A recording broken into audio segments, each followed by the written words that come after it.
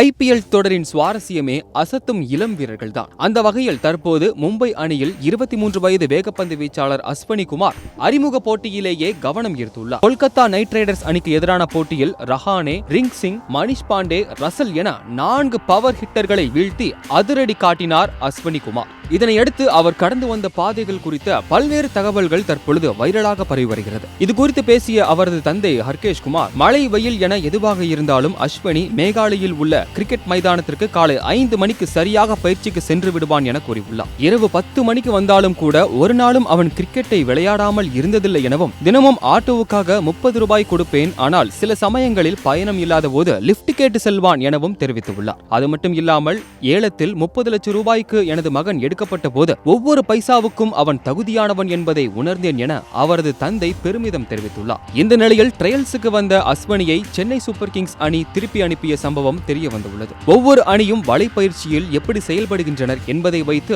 அறிமுக வீரர்களுக்கு வாய்ப்பளிக்கும். அப்படி வந்தபோதுதான் உங்களது பந்து வீச்சு எங்களுக்கு திருப்திகரமாக இல்லை என்று கூறி அஸ்வினியை சிஎஸ்கே நிர்வாகம் திருப்பி அனுப்பியிருக்கிறது. இதேபோல Rajasthan Royals, Kolkata night Riders உள்ளிட்ட அணிகளும் இவரை நிராகரித்து விட்டன. பின்னர் மும்பை இந்தியன்ஸ் அணி இவரது திறமையை கணித்து 30 லட்சம் ரூபாய் கொடுத்து இவரை ஏலத்தில் எடுத்தனர். ஆனால் தன்னை ரிஜெக்ட் செய்த கேகேஆரை அஸ்வினி கண்ணுக்குள் விரலை விட்டு ஆட்டி விட்டார்.